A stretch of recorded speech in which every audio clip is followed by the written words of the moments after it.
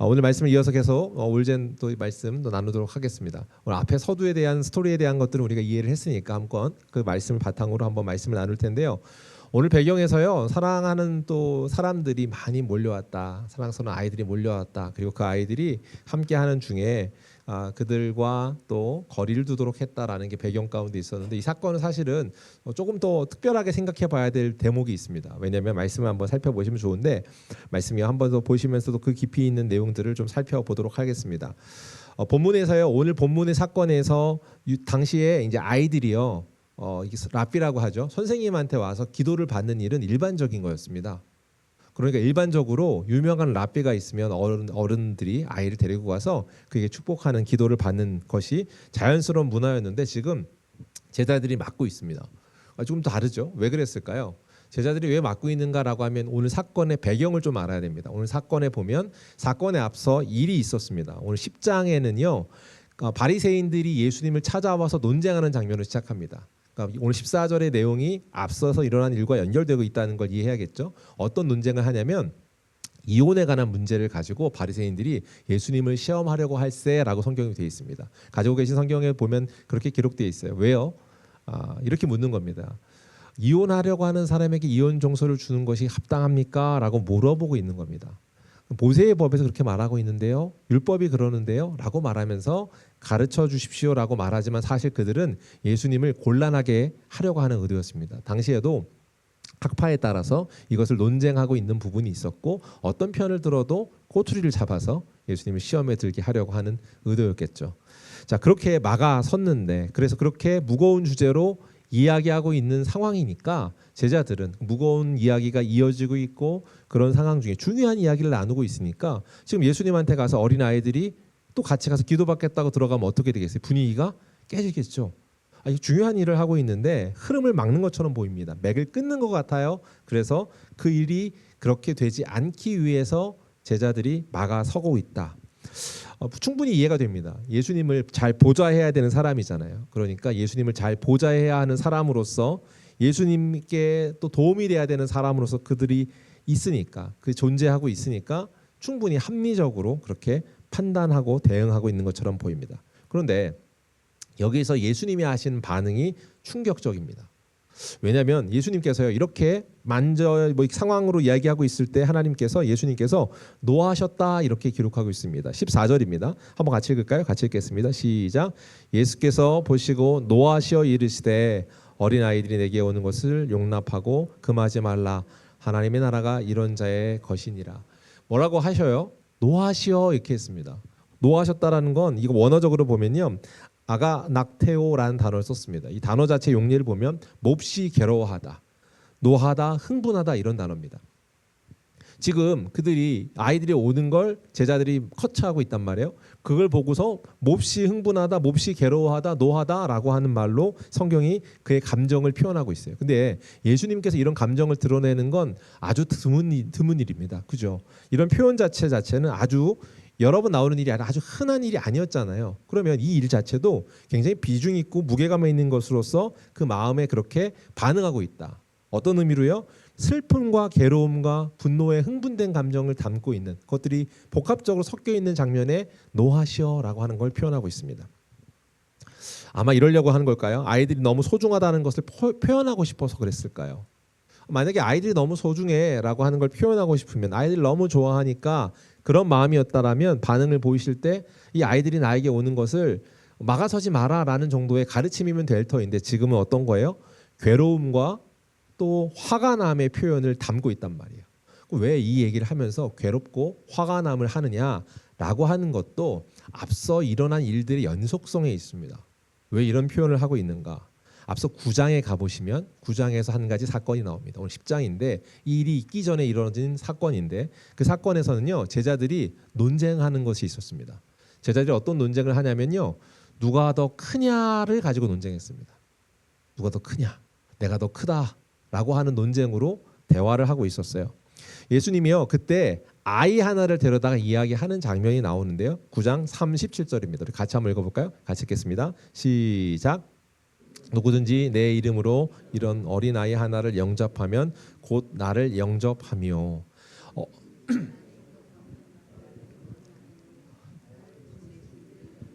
예, 하나님께서 나를 영접하는 자, 나를 영접하는 자라면 어린아이를 하나를 귀하게 소중하게 여겨야 돼라고 말하는 것 같아요. 그죠? 이렇게 얘기하고 있어요.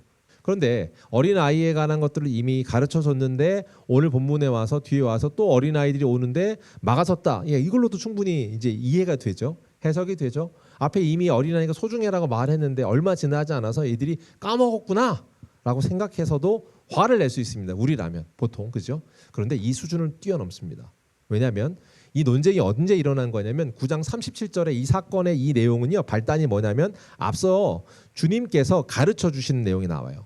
가르쳐 주신 내용은 어떤 거냐면 30절 31절입니다. 여러분 갖고 계신 성경책에 보시면 나올 텐데 30절 31절 제가 읽어드릴게요. 이는 제자들을 가르치시며 또 인자가 사람들의 손에 넘겨져 죽임을 당하고 죽은 지 3일 만에 살아나시는 것을 말씀하셨기 때문이라. 그러나 제자들은 이 말씀을 깨닫지 못하고 묻기를 두려워하더라. 지금 뭘 가르치셨냐면 갈릴리로 지나갈 때 다른 무리들은 접근하지 못하게 하십니다. 그리고 제자들하고만 가면서 건너가세요. 뭘 말하려고요? 내가 죽고 사흘 만에 부활한다는 걸 가르쳐 주려고. 그래서 그렇게 가고 있는 중요한 일들을 해요. 근데 그들이요. 그 얘기를 들을 때는 두려워서 묻질 않습니다. 그러는데 그 다음 바로 어떤 일이 벌어지냐면 제자들이 자기들끼리 이렇게 왈가왈가 하고 싸우고 있습니다. 내가 더 높아 네가 높아 이렇게 해요. 여러분 한번 물어볼게요. 옆에 있는 분한테 물어보세요. 누가 높습니까? 우리 집에서. 여러분 집엔 누가 높으세요? 예. 집에서 이렇게 기싸움 하는 거 있잖아요. 그런 적 신혼 때 그런 적 없으세요? 아, 네. 아, 예. 이게 초반에 이게 초장에 잘 잡아야 되잖아요. 내가 무조건 기싸움을 해야 되잖아요. 아마 제자들도 지금쯤 미리 해놔야 나중에 왕국에 들어갔을 때 어떻게 해야 돼요? 또 높은 자가 누구냐가 정해질 거 아니에요. 그래서라도 아마 누가 높으냐라고 하는 걸 가지고 그렇게 논쟁하고 있었던 것 같습니다. 그렇습니다. 그렇게 논쟁하고 있을 때 그때 예수님께서 불러서 말하는 거예요. 너희가 그 논쟁하고 있냐. 쉬운 성경을 제가 읽어드릴게요. 9장 35절인데 이렇게 돼 있어요. 예수님께서는 앉으셔서 12 제자를 부르셨습니다. 그리고 말씀하셨습니다. 누구든지 첫째가 되려면 다른 모든 사람보다 나중이 되어야 하고 모든 사람이 종이 되어야 한다. 그들이요 더 높다라고 하는 걸 경쟁하고 있을 때 누구든지 첫째가 되려면 어떻게 해요? 다른 모든 사람보다 나중이 돼야 되고 모든 사람이 종이 되어야 돼. 섬기는 자가 되어야 된다라고 하는 걸 가르쳐 주셨습니다. 이게 뭐예요? 하나님 나라의 원리입니다. 지금 그들에게 하나님 나라 원리를 가르쳐 준 거예요. 그러면서 어린아이 하나를 데리고 왔어요. 그런데 이들이 그렇게 자기들 가치관으로만 생각하기 때문에 그걸 이해 못한 것 같아요. 누가 더 크냐라고 하는 걸 논쟁하고 있어요. 세상은 말합니다. 뭐라고 말합니까? 커져야 한다. 높아져야 한다. 그래야지 더 영향력이 크다라고 말하는데요. 그래서 반대로 하나님 나라의 원리 작지만 또한 낮아지는 걸 통해서 더 하나님 나라 하늘나라의 가치를 지닌다라고 말씀하는 거. 세상은요 주목받아야 됩니다. 또 환영받아야 합니다. 그런데 하나님 나라는 연약한 자, 어떻게 보면 보잘것없는 자, 그들을 영접하는 일로 우리를 초대하는 자리다라고 가르쳐주고 있습니다. 이게 성경에서 지금 말하고 있는 일인데 세상이 나를 높이려는 일에 목숨 걸고 높은 자리 그 자리에 두지 않으면 분노하는 마음이 생겨요. 내 뜻대로 되지 않으면 분노하는 마음이 생겨요. 그러나 하나님 나라의 남을 높이려는 자, 또 섬기는 자, 그 자의 머무는 자리, 그림으로 참된 영광을 누리는 자리야라고 말씀하고 있습니다. 그렇게 이야기하는 거죠. 그래서 어린아이 같이 되라라고 하는 어린아이 같이 작은 자, 연약한 자를 귀하게 여기는 나라가 펼쳐졌다라는 걸 주님이 선포하고 말씀하고 가르치셨습니다. 그런데 얼마 지나지 않아서도 그들은 지금 어떻게 하고 있어요? 잊어먹은 겁니다. 가르쳐줬지만 지금 잊어먹었고 모르는 거예요. 그래서 어떤 감정인 거예요? 괴로운 거예요. 알려줬는데 모르는구나. 그래서 화가 나는 거예요. 라고 해서 지금 아가낙테오라고 하는 노하시어라고 하는 표현을 하고 있는 데는 배경은 그들에게 하나님 나라의 가치, 하나님 나라가 시작된 걸 말하지만 알아먹지 못하고 방금 전에 얘기했음에도 그것을 유지하고 지켜낼 힘이 없는 상태를 보면서 화가 나시는 거예요. 왜 그럴까요? 이게요 세상에 포로되어 있기 때문입니다. 주님의 분노하심과 화나심은 어떻게 보면 제자들의 엉뚱함을 넘어선 세상의 가치에 붙잡혀 있는 그 모습, 세상의 가치라고 하는 것, 죄에게 포로되어 있는, 세상에 포로되어 있는 그들의 상태 때문에 노하고 계신 겁니다. 그런 어려움 가운데에 그 마음 가운데 빼앗기고 있어서 그들이 지금 하고 있는 건 뭐예요? 세상의 가치로 생각할 때 지금 지금 그들이 가르치고 있는 아주 논쟁하고 있는 중요한 가치의 일을 하고 있어. 그게 더 소중한 거야. 그렇기 때문에 예수님이 하시는 일은 치유하거나 이렇게 가르치는 일이 중요한 거지, 아이들이 와가지고 아이들을 축복하는 일 따위는 조금 여유가 있거나 환경이 좋을 때 해야 되는 거야 라고 하고 있어서 오히려 지금 그들이 오는 건 중요한 시간을 뺏는 거라고 생각하는 겁니다. 어떤 거예요? 세상의 가치로 지금 판단한 겁니다. 그래서 어떻게 해요? 13절입니다. 우리 10장 13절 마가복음 10장 13절을 같이 한번 읽어볼까요? 같이 읽겠습니다. 시작. 사람들이 예수께서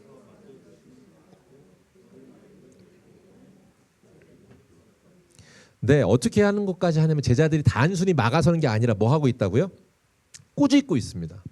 꾸짖고 있다라는 거예요. 뭐예요? 그래서 나무를 하고 있는 거예요. 못하게 하는 거예요.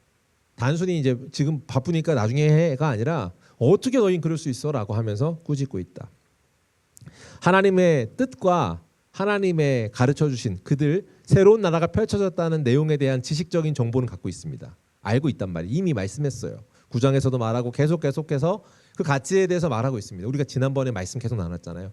처음 마태복음에서는 어떻게 구성하고 있다고요? 산상수훈을 먼저 말해요. 하나님 나라가 펼쳐졌다라고 말하면서 하나님 나라에 대해서 쭉 말씀하고 가르쳐줬잖아요. 아까 이혼 증서 같은 경우도 거기 이미 나오잖아요. 이미 처음 시작할 때 이 나라의 가치가 뭐다라고 하는 걸 설명했단 말이에요. 그 내용들이 쭉 이어지고 있는데 지식적인 알은 있지만 이들이 바뀌지 않습니다. 사는 것과 아는 것이 다른 거예요. 주님은 지금 자기 중심적 가치, 그래서 쉽게 바뀌지 않는 그들의 상태, 그것을 지적하고 계신 겁니다. 제자들이요 선한 의도로 했던 행동, 고정관념이 있습니다. 사실은 하나님 나라로 가는 문을 막는 장애물이었던 거죠. 그렇게 장애물이 되었던 겁니다. 그랬던 그들에게 지금 그렇게 가르쳐주고 있는 거, 그리고 말씀하고 있는 걸 우리 한번 적용해봤으면 좋겠습니다. 지금 어린아이들 막는 제자들이 있단 말이에요. 우리도요 그럴 수 있지 않을까요? 그들이 열심히 하는 열심으로 지금 장애물이 된 거잖아요. 주님께 오는 길을 가로막는 일을 하고 있는 거잖아요. 우리도요 우리가 갖고 있는 행동, 고정관념, 선한 의도지만 그런 생각을 갖고 있는 것이 하나님 나라로 가는 문을 막는 장애물이 될 수 있습니다. 우리 아이들에게 우리 부모가 장애물이 될 수 있을까요? 우리가요 신앙생활 열심히 하는데 신앙생활 열심히 하는 것, 그러나 주님께 오려는 사람들을 막는 일 될 수 있습니다. 어떤 거요? 익숙함으로 우리가 생각하는 고정관념이 방해물이 될 수 있습니다. 이런 생각도 할 수 있어요. 우리가 특별히 은혜를 사모한 열망함이요 우리의 그 열망함 때문에 은혜를 소멸시키는 욕망이 되기도 합니다. 무엇 때문에요? 내가 알고 있어, 내가 분명해라고 하는 자기 확신이 있을 때 그런 일이 됩니다. 길을 막아섭니다. 제가 이제 집에 있는 저희 방에서 안방에서 드레스룸 쪽으로 들어가야 화장실에 갈 수 있는데 거기는 이렇게 문이 옆으로 이렇게 슬라이딩 도어거든요. 도어인데 그 문이 있는데 거기 레일이 있습니다. 근데 레일이 있는데 레일이 이탈을 했습니다. 이렇게 빠져버린 거죠. 빠져버리면 어떻게 해요? 거기 고정핀이 걸려버린 겁니다. 그래서 문이 탁해서 열려야 되는데 그게 망가져서 고정핀 때문에 안 열리고 문이 닫혀버렸습니다. 자, 그러면 제가 이제 화장실 가야 됩니다. 그 안으로 들어가는 문을 통해서 화장실을 지금 이 문 때문에 어떻게 해요? 제가 갈 수 있을까요? 없을까요? 없게 된 상황입니다. 어떤 거예요? 생각해 보세요. 문이 있는데요. 고장 나 버리면 문이 아니라 벽이 됩니다. 문은 들어가는 통로가 돼야 되는 걸로 존재하는 건데도 불구하고 그게 고장 나 버리면 벽이 된다. 어떤 말씀을 나누고 싶은가? 여러분, 자기 확신 그것이요 하나님의 가치로서의 역할이 아닌 자기 생각으로 되어진 고장나 버린 상태, 세상에 포로되어 있는 상태의 가치관 때문에 문이 되라고 불러진 너희들이 문이 아니라 벽이 되는 것을 성경이 말하고 지적하고 있는 게 오늘 성경의 본문입니다. 사랑하는 성도 여러분, 고착화된 사고와 전통 때문에 그 기준이 문이 되어야 할 우리가 고장난 벽이 되어버린 삶을 살고 있지는 않습니까? 삶으로 보여줘야 되는 어른들인데 본이 되어야 되는데 우리가 왜곡된 삶을 통해서 아이들에게 왜곡된 가르침을 전하면 어떻게 되는 거예요? 우리 다음 세대 아이들에게 벽이 되는 겁니다. 주님을 그 아이들이 믿고 싶지 않게끔 만드는 것들이 되죠. 세상에는 어떨까요? 교회 안에서 신앙생활을 열심히 하는데요. 세상 밖에서는 다른 바 없는 삶을 사는 사람들을 통해서 그리스도인이 도리어 뭐가 되는 거예요? 벽이 되는 겁니다. 로잔 운동의 슬로건이 이렇게 돼 있거든요. 온 교회, 온전한 복음, 온 세상. 온 교회가 온전한 복음을 온 세상에 전하자. 이게 로잔 운동에서 하고 있는 슬로건이거든요. 근데 여기에서 중요한 거는 온 교회가 온전한 복음을 온 세상에 전해야 된다. 거름 없이 해야 된다라는 말의 핵심인데 여기에서 중요한 한 가지의 가치를 나누는 그 모임이 있었어요. 나눌 때 어떤 거였냐면 세상은요 복음을 싫어하지 않습니다. 세상은 복음을 거부하지 않습니다. 다만 무엇을 거부하냐면 그들이 본 복음, 다시 말해 가짜 버전의 왜곡된 복음을 거부한다는 말을 하는 겁니다. 복음이라고 하는 사실의 그 핵심을 맛보게 되면 세상이 거부할 일이 없는데요. 왜곡된 그리스도인이라는 모습을 통해서 전파되고 전달되는 과정에 본 그 복음이 가짜가 되어버릴 때 간디가요 예수님을 생각하면서 이런 말을 했댔대요. 난 예수님을 너무 사랑한다. 그러나 예수님을 사랑한다고 하는 사람들을 보면 내가 그리스도인이 될 수는 없다라는 말을 했대요. 사랑하는 성도 여러분, 이것이 무엇입니까? 우리가 문인가요? 우리가 벽인가요? 여러분은 다음 세대, 여러분 이웃과 세상을 인도하는 삶입니까? 아니면 막는 삶, 벽이 되어버린 삶입니까? 두 번째로 하나 더 생각할 수 있는 것이 있는데요. 어린아이들 내게 오는 것을 용납하고 금하지 말라라고 하는 말이 갖고 있는 이야기, 소중한 이야기를 하고 있는데 단지 환영하고 소중히 여긴다라고 하는 지적의 이상의 말씀인 것을 우리가 알 수 있습니다. 15절을 보면 좀 더 구체적인데요. 15절 말씀 같이 한번 읽어볼까요? 같이 읽겠습니다. 시작. 내가 진실로 너에게 이르노니 누구든지 하나님의 나라를 어린아이와 같이 받들지 않는 자는 결단코 그들에 들어가지 못하리라 하시고 어린아이들 같으라고 했잖아요. 어린아이들의 특징이 지금 뭘로 나와요? 받들다 돼 있습니다. 받드는 자 돼 있습니다. 여러분 한국말로 받든다는 말은 뭐예요? 내가 우리 남편을 잘 받들어, 우리 아버님을 잘 받들어 이렇게 표현할 때 받든다는 말은 어떻게 돼요?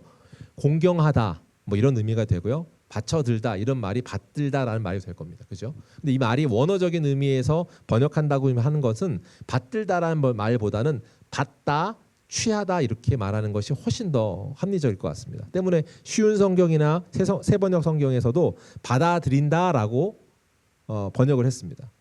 그러니까 무슨 말이야? 아이들의 특징이요. 공경하고 낮은 자세로 높여드리는 이 아이들이 특징이야가 아니라 받아들이는 걸 잘해라고 하는 말을 말하고 있는 겁니다.